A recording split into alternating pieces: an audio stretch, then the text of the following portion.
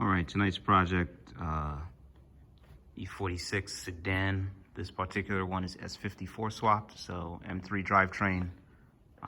It is getting a clutch, so transmission needs to come out right now. The exhaust is out, the drive shaft is out.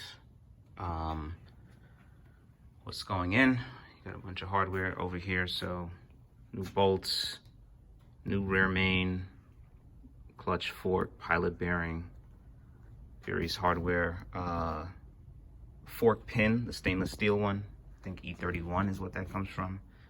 All the special tools, so clutch, pilot bearing tool, rear main tool, flywheel counter hold, nice long extension for the upper bell housing bolts.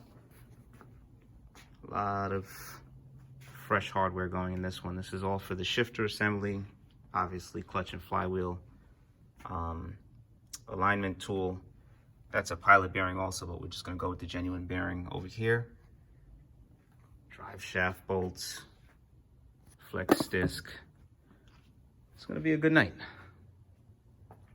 Transmission comes out next.